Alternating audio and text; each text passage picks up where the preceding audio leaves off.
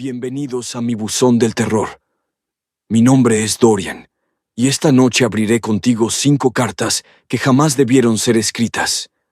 5 historias reales ocurridas en los pasillos fríos de distintos hospitales. Lugares donde la línea entre la vida y la muerte se confunde. Apaga las luces, ajusta tus audífonos y dime en los comentarios, ¿a qué hora estás escuchando esto? Porque si es después de medianoche, puede que ya no estés solo. Historia número 1. Me llamo Rosa. Soy enfermera desde hace más de 15 años, y aunque he visto muchas cosas en urgencias, hay una historia que todavía me cuesta contar. Pasó en un pequeño hospital, de esos donde el silencio parece quedarse pegado a las paredes. Aquella semana estuve de turno de noche junto a mi compañera, Sandra. Una madrugada ingresó un hombre mayor, don Eusebio. Había tenido un accidente en carretera y quedó sin poder caminar. Lo manteníamos con oxígeno constante y vigilancia continua. Era un paciente tranquilo, hablaba poco, pero siempre agradecía cada cosa. Su mirada tenía algo de cansancio, como si esperara a alguien que no llegaba. A los pocos días, empezó a recibir visitas. Una niña de unos 12 años venía cada tarde, siempre puntual. Decía ser su nieta. Se sentaba a su lado, le tomaba la mano y se quedaba en silencio, a veces contándole cosas al oído. La primera vez que la vi, pensé que era una de esas nietas que realmente quieren a su abuelo. El ambiente en el área donde estaba don Eusebio era particular. Las luces del pasillo a veces parpadeaban, solo ahí, justo cerca de su habitación. Nadie le dio importancia. Pensábamos que era el cableado viejo del hospital, pero me parecía curioso que solo ocurriera durante las visitas de la niña. Ella siempre llegaba sola. Nunca vimos a nadie acompañándola. Caminaba con pasos suaves, casi sin ruido. Cuando terminaba la hora de visita, simplemente se levantaba, saludaba con una sonrisa leve y salía por el pasillo. Nadie notaba cuando se iba. Don Eusebio parecía más tranquilo después de verla. Dormía mejor y su ritmo respiratorio mejoraba. Sandra decía que esa niña le daba fuerzas para seguir. Y quizá era cierto. Aunque, por alguna razón, a mí me inquietaba la forma en que ella lo miraba, tan fija, tan quieta, como si supiera algo que los demás no. Con el paso de los días, la rutina se volvió la misma. A la misma hora, sin fallar un solo día, la niña aparecía en el pasillo, con su suéter claro y el cabello recogido. Saludaba con educación, se sentaba junto al abuelo y se quedaba ahí, inmóvil por largos minutos. No necesitaba que le dijeran nada, parecía saber exactamente qué hacer. Una tarde, mientras Sandra revisaba los signos vitales de don Eusebio, me susurró: ¿Tú sabes quién deja entrar a la niña? No supe qué responderle. Siempre aparecía ya dentro del área, sin que nadie en recepción dijera haberla visto pasar. Le restamos importancia, aunque ambas empezamos a fijarnos más en los detalles. Durante esas visitas, las luces del pasillo seguían parpadeando, solo en esa zona. Era algo sutil, como un titileo que iba y venía. Lo más raro era que, cuando la niña salía, todo volvía a la normalidad. Ningún técnico encontraba fallas en el sistema eléctrico. Decían que eran las lluvias o la humedad, pero dentro de mí, algo no me cuadraba. Una noche, me quedé trabajando más tarde de lo habitual. Don Eusebio dormía tranquilo.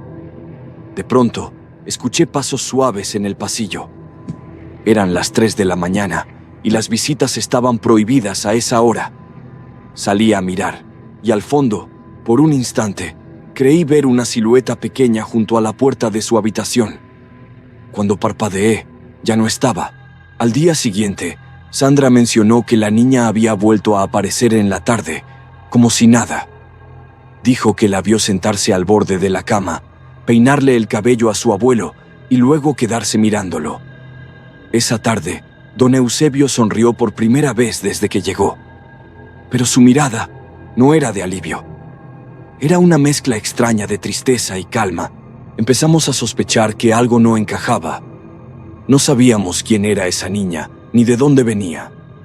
Y, por más que preguntábamos en admisión o revisábamos los registros de visitas, su nombre no aparecía en ninguna parte. Solo sabíamos una cosa. Todos los días, a la misma hora, ella siempre volvía. La noche siguiente fue distinta. Don Eusebio amaneció más débil. Apenas respondía cuando lo llamábamos. Aún así, a la misma hora de siempre, la niña volvió a aparecer. Se sentó a su lado y le tomó la mano con una ternura que me estremeció. No dijo nada, solo lo miró largo rato. Cuando se levantó para irse, el monitor mostró una leve alteración en los signos. Y luego, todo volvió al silencio. Esa madrugada, don Eusebio falleció mientras dormía. Lo encontramos con una expresión serena, como si hubiese estado acompañado hasta el último momento. Sandra y yo no dijimos nada. Había una sensación difícil de explicar, como si algo invisible se hubiera despedido también. A la mañana siguiente, llegó un hombre para reclamar el cuerpo. Se presentó como su hijo. Mientras firmaba los documentos, no pude evitar preguntarle por la niña que había venido todos esos días. ¿Su hija?, le dije. El hombre levantó la mirada, confundido. «¿Mi hija?», repitió. Y luego, con voz temblorosa, agregó: «Mi hija murió hace 3 semanas, en el mismo accidente en el que mi padre quedó así». Sentí que se me helaba la piel. Le explicó que una niña había estado viniendo todos los días, que hablaba con él, que se sentaba a su lado. El hombre guardó silencio, metió la mano en su cartera y sacó una fotografía. Era una niña de unos 12 años, con el mismo suéter claro y el cabello recogido. ¿Era ella?, preguntó. No pude responder. Solo asentí. Sandra estaba detrás de mí, pálida, con los ojos muy abiertos. Nadie más en el hospital tenía explicación para lo ocurrido. Revisamos cámaras, registros, todo. La niña nunca había sido registrada entrando, ni una sola vez. Pero yo sé lo que vi.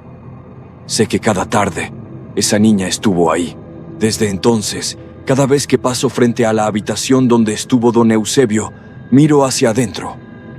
A veces, juro que distingo la forma de una niña sentada junto a la cama vacía, con las manos juntas sobre las piernas. Siempre a la misma hora. Siempre esperando. Historia número 2. Me llamo Rodrigo Luna. Soy enfermero y llevo apenas unas semanas trabajando en el Hospital General de Tampico. Siempre me ha gustado el ambiente hospitalario, aunque debo admitir que las guardias nocturnas son duras y algo solitarias. Especialmente en este hospital. Hay pasillos donde el silencio pesa más que el cansancio. La primera noche que me tocó cubrir turno, recuerdo que todo estaba en calma. Los monitores parpadeaban en un ritmo hipnótico y el zumbido constante de las luces parecía llenar el aire. Me sentía tranquilo hasta que empecé a notar pequeños detalles que no cuadraban. Un expediente abierto sobre una camilla vacía, una silla movida de lugar y una taza de café recién servida en la sala de descanso, aunque nadie más estaba ahí. Pensé que alguno de los médicos la habría dejado olvidada, pero la taza seguía humeando. No quise darle importancia. Seguí con mis rondas, pasando por el pasillo de medicina interna. Los pacientes dormían, algunos con respiración irregular, otros en un sueño profundo que parecía demasiado quieto. A veces creía escuchar susurros, pero era común. El hospital tiene 1000 ecos. Una señora en la cama 12, doña Luisa, me llamó con un leve gesto. Estaba pálida, con los ojos abiertos en la penumbra. Me dijo que el doctor Montiel había pasado a verla, que le había tomado la presión y le dijo que pronto descansaría. Sonreí para no preocuparla, pero no hay ningún doctor Montiel en plantilla. Al menos no desde que llegué. Pensé que tal vez había confundido el nombre, o que era un recuerdo de otro hospital. Le ajusté el suero y salí del cuarto. Al cerrar la puerta, levanté la vista y vi, al final del pasillo, la silueta de un hombre con bata blanca. Estaba de pie, inmóvil, con la cabeza ligeramente inclinada hacia un costado, como si me observara. Parpadeé y ya no estaba. El pasillo volvió a quedar vacío. Esa noche me costó cerrar los ojos. Desde la estación de enfermería podía ver el pasillo principal. A veces juraría ver una sombra moverse al fondo, siempre en dirección al área donde estaba doña Luisa. No quise preguntar nada. Era mi primera semana y no quería parecer el nuevo que ya anda viendo cosas. Pero en el fondo, algo me decía que no estaba tan solo como creía. No pude dormir bien después de aquella noche. A la mañana siguiente traté de convencerme de que había sido el cansancio, un reflejo, cualquier cosa. Pero la imagen del hombre al final del pasillo no se me quitaba de la cabeza. Era demasiado clara, demasiado real. Incluso recordaba el brillo del identificador colgado en su bata. 2 noches después, me tocó cubrir otra guardia. Todo marchaba tranquilo hasta casi la medianoche, cuando ingresaron a un paciente nuevo. Un hombre mayor, de unos 60 años, con dificultad para respirar. Lo acomodamos en la cama junto a la de doña Luisa. Se llamaba Ramón Herrera. Permanecía consciente, pero con la mirada fija, como si cargara un miedo silencioso. Durante la madrugada, mientras revisaba los monitores, escuché un murmullo. Provenía del cuarto de don Ramón. Entré despacio. Él estaba despierto, mirando hacia un rincón, y con voz temblorosa me dijo: «El doctor Montiel me vino a ver. Me dijo que no me preocupara, que hoy iba a descansar bien». Me quedé paralizado. No supe qué responder. Solo le dije que intentara dormir, que mañana hablaríamos con el médico de turno. Salí del cuarto y fui directo a revisar el registro. Ningún doctor había pasado por ahí en las últimas horas. Fui hasta el pasillo donde lo había visto aquella vez, y por un instante juraría que había alguien cruzando hacia el área de urgencias. Una sombra blanca que desapareció en cuanto di un paso. El sonido de los pasos resonó unos segundos y luego... nada. Volví con el corazón acelerado. Todo estaba en silencio, excepto el pitido suave de las máquinas. Eran las 3 de la mañana cuando uno de los monitores comenzó a sonar. Corrí al cuarto. Don Ramón no respondía. Intentamos reanimarlo, pero fue inútil. Murió con el rostro en calma, casi con una sonrisa. En su expediente, marqué la hora exacta del fallecimiento. 3:14 de la mañana. Cuando salí del cuarto, pasé frente al vidrio del pasillo. En el reflejo, por un segundo, vi a alguien detrás de mí. Un hombre con bata blanca, la cabeza ligeramente inclinada y una mirada fija hacia las habitaciones. Me giré enseguida, pero el pasillo estaba vacío. Solo el reflejo quedó unos instantes más, mirándome, incluso cuando ya no había nadie allí. Después de la muerte de don Ramón, no pude seguir igual. Esa imagen en el reflejo me perseguía cada vez que cruzaba los pasillos. Durante los días siguientes, evité mirar los vidrios o los monitores apagados. Sentía que, si lo hacía, volvería a verlo ahí, detrás de mí. Pero el hospital no te deja descansar. Las guardias siguen, los pacientes llegan y las noches se alargan. Una madrugada, mientras revisaba los expedientes, escuché pasos en el pasillo. Lentos, firmes. Pensé que era alguno de los médicos de guardia, pero cuando salí, el pasillo estaba vacío. Las luces parpadeaban levemente, y al fondo, una puerta entreabierta dejaba ver una lámpara encendida. Era la misma habitación donde, días antes, había visto la silueta. Me acerqué. Dentro no había nadie, solo una camilla cubierta por una sábana limpia y una carpeta abierta sobre una mesa metálica. Me incliné para verla. Era un registro antiguo del hospital. Nombres de doctores, horarios de guardia, fechas. Todo amarillento por el tiempo. Pasé las páginas hasta que un nombre me hizo detenerme. Montiel, Luis, turno nocturno, fallecido en servicio. El corazón me dio un vuelco. Fui al archivo digital del hospital, buscando confirmar lo que había leído. Efectivamente, el doctor Luis Montiel había muerto hacía más de 10 años, de un derrame cerebral. justo durante una guardia nocturna. Lo encontraron desplomado en el pasillo de medicina interna, el mismo donde yo hacía mis rondas. Mientras seguía leyendo, una corriente fría me recorrió la espalda. Sentí que alguien estaba detrás de mí, tan cerca que pude notar el leve movimiento del aire cuando me giré. En el reflejo del vidrio de la puerta, vi una figura de bata blanca parada justo a mis espaldas. No se movía, no respiraba. Solo permanecía ahí, mirándome. Parpadeé y desapareció. Al día siguiente pedí mi cambio de turno. Desde entonces trabajo solo de día. Pero a veces, cuando llego temprano y los pasillos aún están oscuros, alcanzo a ver una silueta cruzando lentamente hacia el área de medicina interna. Camina despacio, como quien cumple con una rutina que no ha terminado. Nadie más la ve.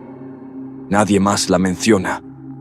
Pero siempre, antes de amanecer, una de las lámparas queda encendida, justo donde murió el doctor Montiel. Historia número 3. Me llamo Fernanda. Soy enfermera desde hace 5 años y trabajo en un hospital rural, a las afueras de un pueblo donde el silencio pesa más que el aire. Esa noche estaba de guardia, solo con Daniel, el enfermero de radiología. Afuera llovía sin parar desde hacía horas y las ambulancias solían tardar mucho en llegar por lo alejado del camino. Era una de esas noches en que el cansancio se mezcla con la calma antes del amanecer. Las luces del pasillo parpadeaban de vez en cuando, y el sonido constante de la lluvia contra las ventanas era lo único que rompía el silencio. Me mantenía ocupada revisando el expediente de un paciente que habíamos recibido más temprano, cuando escuché la puerta del área de urgencias abrirse.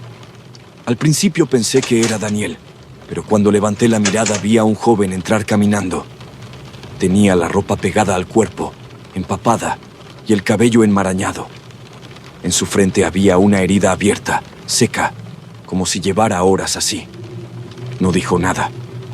Solo me miró con los ojos perdidos y se sentó en una de las sillas de espera sin pedir ayuda. Le pregunté su nombre, pero no respondió. Apenas asintió con un movimiento lento, casi mecánico. Le pedí que esperara un momento mientras terminaba con lo que hacía. No parecía alterado, ni que sintiera dolor. Solo estaba quieto, con la vista fija en el suelo, sin moverse ni un segundo.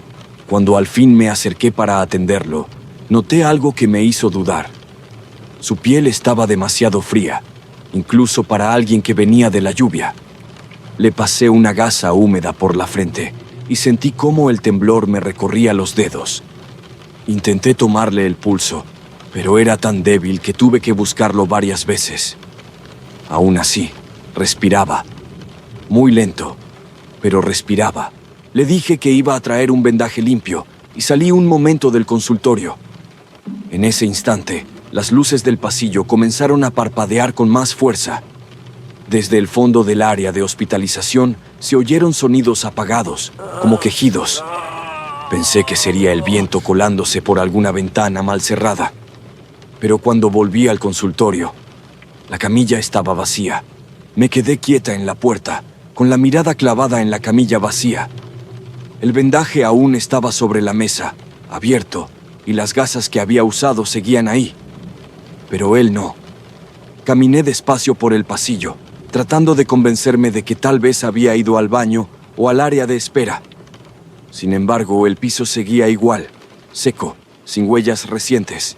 Llamé a Daniel por el intercomunicador, aunque sabía que no me escucharía si estaba en radiología.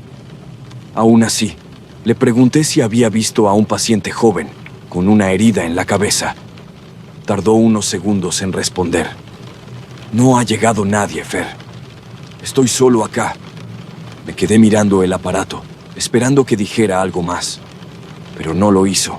Sentí un escalofrío recorrerme el cuerpo.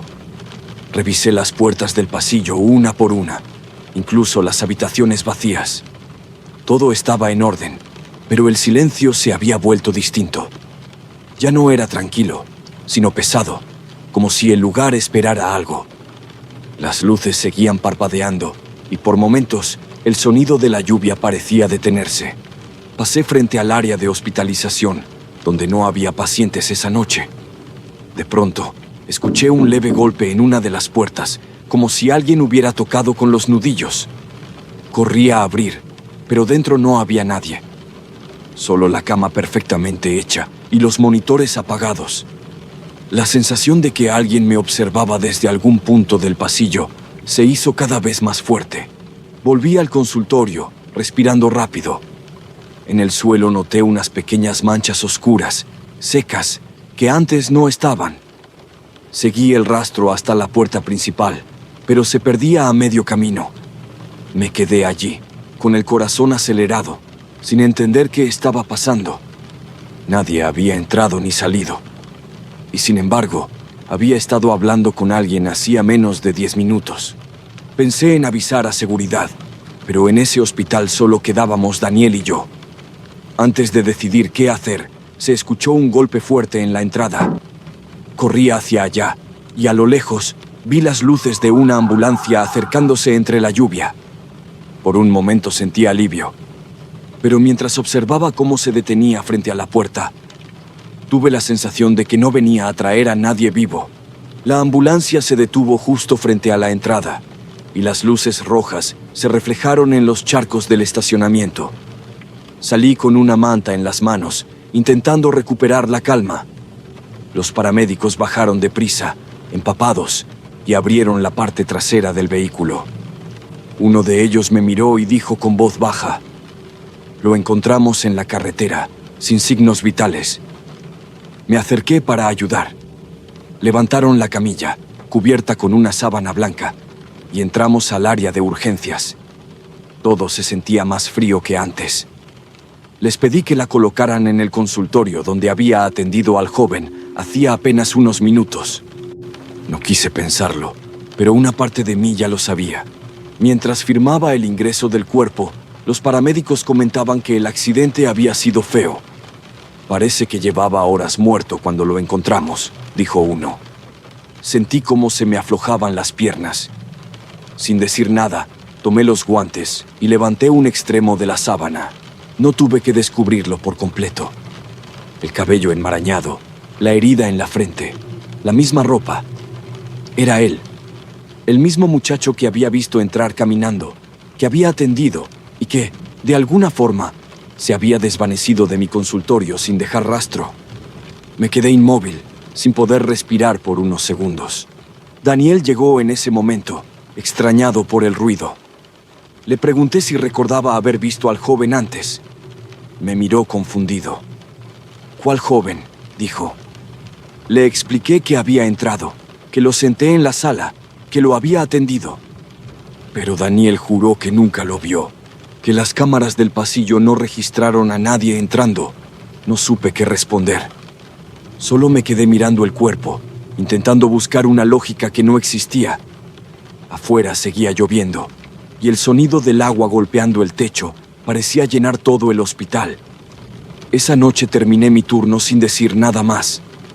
Pero desde entonces, cada vez que escucho una ambulancia acercarse, siento el mismo frío recorrerme la espalda, como si alguien, en silencio, volviera a llegar caminando. Historia número 4. Mi nombre es Mariana, y soy enfermera en el área de pediatría del Hospital Infantil de Puebla. Llevo trabajando ahí poco más de 6 años, y aunque me acostumbré a muchas cosas difíciles, hay una que nunca pude ignorar del todo. En el pasillo principal, justo frente a la estación de enfermería, hay una vitrina antigua con una muñeca de porcelana. Todos los que trabajamos ahí sabemos su historia, o al menos una parte de ella. Dicen que la muñeca fue donada hace más de 20 años por la madre de una niña que murió en el hospital. Nadie sabe su nombre, ni la razón exacta por la que terminó en esa vitrina, pero siempre ha estado ahí, con su vestido azul descolorido y su cabello de hilo dorado. Algunas enfermeras nuevas intentaron moverla para limpiar, pero el jefe de piso lo prohibió. «Déjenla donde está», dijo una vez. «Así es mejor para todos». La primera noche que me tocó guardia en pediatría, escuché a Lupita, una enfermera mayor, murmurar mientras pasábamos lista. «No le des la espalda mucho tiempo», dijo, mirando hacia la vitrina. Me reí pensando que bromeaba, pero esa noche, al pasar frente al cristal, sentí la mirada de la muñeca fija en mí. No sé cómo explicarlo. Era como si supiera que la observaba. Con el paso de los días dejé de prestarle atención.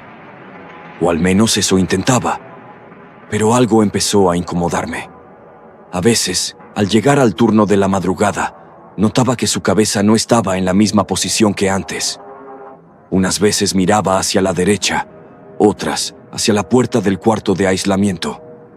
Pensé que sería mi imaginación, o que alguien jugaba con nosotras. Un martes, mientras revisaba las notas clínicas, escuché a una mamá llorar al final del pasillo. Su hijo estaba muy grave. Caminé hacia la habitación, pero antes de entrar, giré la cabeza hacia la vitrina. No sé si fue la luz del pasillo o mi cansancio, pero juraría que la muñeca sonreía un poco más que antes. No era una sonrisa completa, apenas una curva más marcada en sus labios. Me quedé mirando unos segundos, hasta que una compañera me llamó. Esa madrugada, el niño falleció. Fue inevitable. Cuando salí de la habitación para informar al médico, pasé de nuevo frente a la vitrina. No quise mirar, pero algo me obligó a hacerlo. La muñeca estaba exactamente igual, con esa sonrisa diminuta, más amplia que antes. Desde entonces, cada vez que entro a ese pasillo, siento que me observa. Y lo peor es que empiezo a entender por qué nadie la toca. Después de aquella noche, no pude volver a mirar a la muñeca sin sentir un nudo en el estómago. Quise convencerme de que era coincidencia, que su expresión no tenía nada que ver con lo que había pasado. Pero las coincidencias empezaron a repetirse. Cada vez que un niño empeoraba, la sonrisa de porcelana parecía crecer apenas un poco más. Nadie lo decía en voz alta, pero todas lo notábamos. Una tarde, mientras acomodaba medicamentos en el carrito, vi a Lupita parada frente a la vitrina. Tenía la mirada fija y los labios apretados. Me acerqué y le pregunté si estaba bien. Ella solo susurró. Hoy volvió a moverse. Su voz tembló. Me quedé observando y, efectivamente, la muñeca ya no miraba hacia la puerta, sino hacia el interior de la sala donde estaba una niña recién internada. Esa misma noche, la pequeña empezó a convulsionar. Intenté no pensar en eso. Me repetía que las posturas podían cambiar con el movimiento del piso, con la limpieza, con cualquier cosa. Pero entonces algo nuevo ocurrió. A las 3 de la madrugada, mientras revisaba las notas del turno, escuché un golpecito suave, rítmico, detrás de mí. Volteé y no había nadie. Solo la vitrina, iluminada por la luz fría del pasillo. La muñeca, inmóvil. Pero juro que sus ojos brillaban como si hubieran captado mi reflejo. El resto de la noche no pude concentrarme. Caminaba por el pasillo y tenía la sensación de que algo se movía en mi visión periférica. Una sombra pequeña, fugaz, que desaparecía cada vez que volteaba. A veces, los monitores emitían pitidos sin razón, como si los sensores perdieran contacto, pero cuando entrábamos a revisar, todo estaba en orden. El ambiente se sentía tenso, casi expectante. Una enfermera nueva, Paula, quiso romper el silencio. Dijo que todo eso eran tonterías, que esa muñeca no tenía nada de especial. Decidió abrir la vitrina para limpiarla. Nadie se lo impidió, solo la observamos. Cuando volvió a cerrar el vidrio, notamos que una de las pestañas de la muñeca se había despegado, como si la hubiera arrancado sin querer. Esa noche, Paula empezó con fiebre alta y tuvo que irse a urgencias. Nunca volvió a ese turno. Yo traté de ignorar lo que pasaba, pero no pude. Empecé a anotar cada detalle, los movimientos, las miradas, las coincidencias. Y entonces, una madrugada lluviosa, cuando el hospital estaba casi en silencio, pasó algo que todavía me cuesta asimilar. Entré a revisar al niño de la cama 7 y al girar para salir, noté algo en la esquina inferior de su cuna. Algo que no debería estar ahí. La muñeca ya no estaba en la vitrina. Me quedé paralizada. El pasillo estaba vacío. La luz parpadeaba por momentos y sentí cómo el corazón se me aceleraba sin control. Me acerqué a la cuna sin hacer ruido, con la garganta seca. Ahí estaba, la muñeca, acostada junto al niño, con el mismo vestido azul y esa sonrisa, solo que ahora era más amplia, más marcada, casi burlona. Parecía observarlo dormir. No supe cuánto tiempo me quedé ahí, inmóvil. El monitor marcaba los latidos del pequeño con normalidad, pero yo no podía apartar la vista de esos ojos de vidrio. Cuando por fin reaccioné, retrocedí un paso y salí corriendo hacia la estación. Llamé a Lupita, pero cuando regresamos juntas, la muñeca ya no estaba en la cama, ni en el suelo, ni en ningún sitio. La vitrina, sin embargo, estaba cerrada, y ella había vuelto a su lugar. Lupita no me dijo nada, solo cruzó los brazos y evitó mirarme. Entendí que no era la primera vez que ocurría algo así. Esa madrugada apenas dormí. Cada vez que cerraba los ojos, veía esa sonrisa en la oscuridad. Sentía que, en cualquier momento, la encontraría al pie de mi cama. Al día siguiente pedí cambio de área. No me lo concedieron. Faltaba personal en pediatría y debía quedarme. Con el paso de las noches, empecé a notar que la sonrisa se mantenía más tiempo, incluso cuando ningún niño estaba grave. Era como si esperara. Una madrugada, mientras llenaba informes, escuché un llanto ahogado desde el cuarto del fondo. Corrí a revisar. El niño de la cama 7, el mismo de aquella noche, respiraba con dificultad. Mientras el médico llegaba, busqué desesperada la muñeca con la mirada. Y la vi, otra vez, sentada junto a su almohada. Nadie supo cómo llegó ahí. La vitrina seguía intacta, el candado cerrado. La retiramos con cuidado, y al hacerlo, noté algo que me dejó helada. La sonrisa ya no estaba. El rostro de porcelana estaba serio, casi triste. Esa misma madrugada, el pequeño murió. Desde entonces, la muñeca volvió a su lugar, y cada vez que paso frente a ella, juro que me sigue con la mirada. Han pasado meses, y aún trabajo en ese hospital. Ya no hablo del tema con nadie, pero cada que entro de guardia y la veo detrás del vidrio, reviso su rostro, solo por costumbre. Algunas noches su expresión parece tranquila, otras, no tanto. Lo único cierto es que, cuando la encuentro sonriendo, sé que antes del amanecer, una cama quedará vacía. Historia número 5. Me llamo René Andrade. Soy médico internista en el Hospital General de Veracruz. Durante los meses más oscuros de la pandemia, me tocó ver más muerte de la que cualquier persona debería soportar. Eran días interminables, con los pasillos llenos, el cansancio pegado a los huesos y una sensación de derrota constante en el aire. El hospital era un campo de batalla. Las alarmas de los monitores sonaban sin parar. Los rostros tras las caretas se veían marcados por el miedo y la falta de sueño.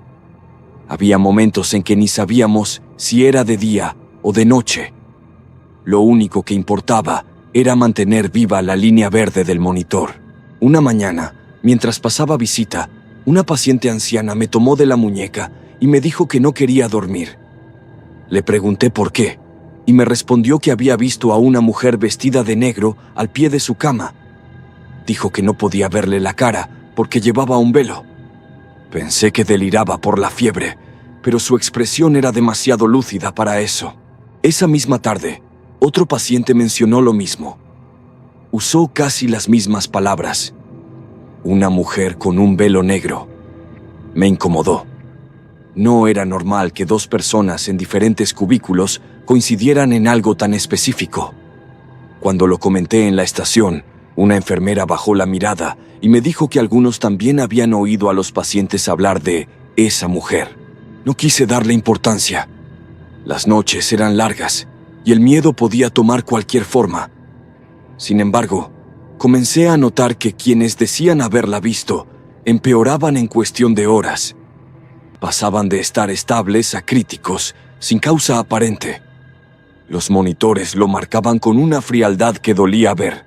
Esa primera semana, murieron 3 pacientes que habían mencionado a la mujer del velo negro. Todos en horarios distintos, todo sin explicación médica clara.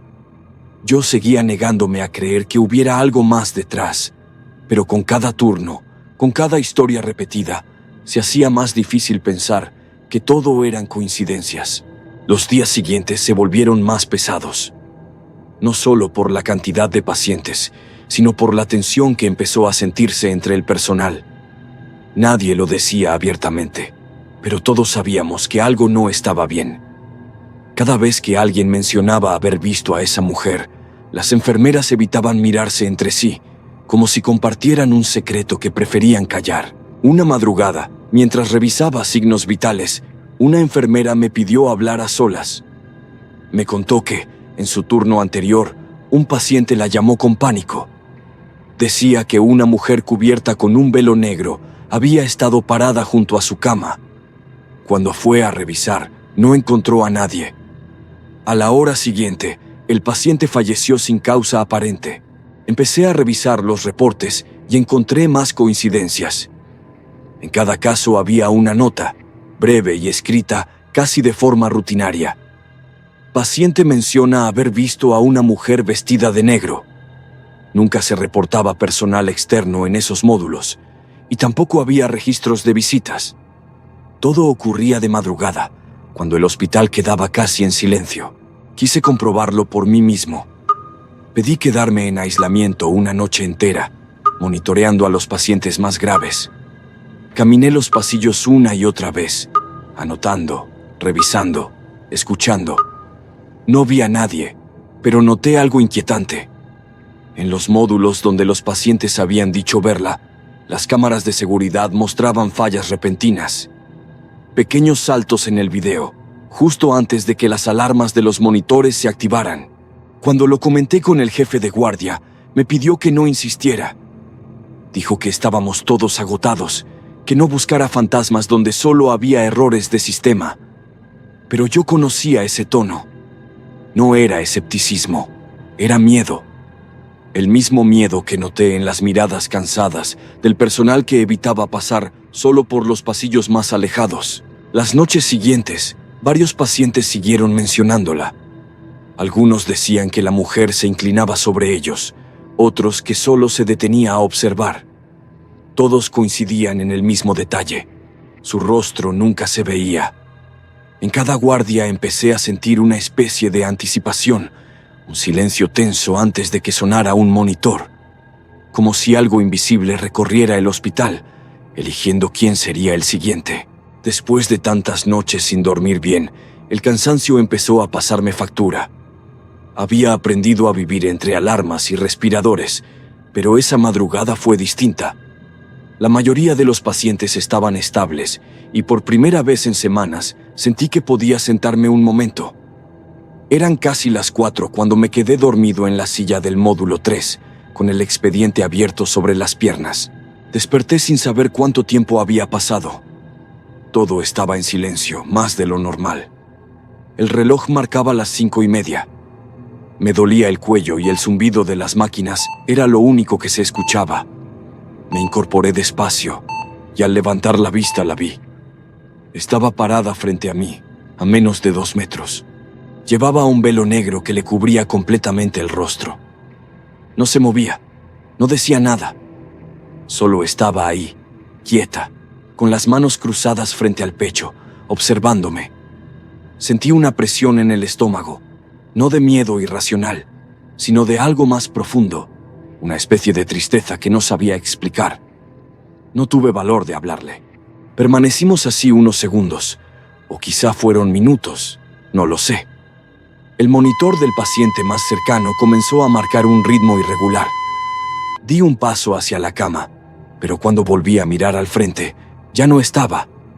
No escuché pasos ni movimiento alguno.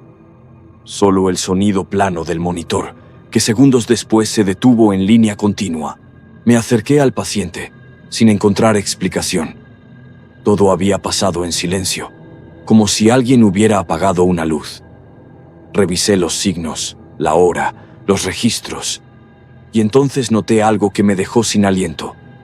Sobre la sábana blanca, a la altura del pecho del paciente, se distinguía claramente la marca de una mano sucia, como si alguien lo hubiera tocado justo antes de que muriera.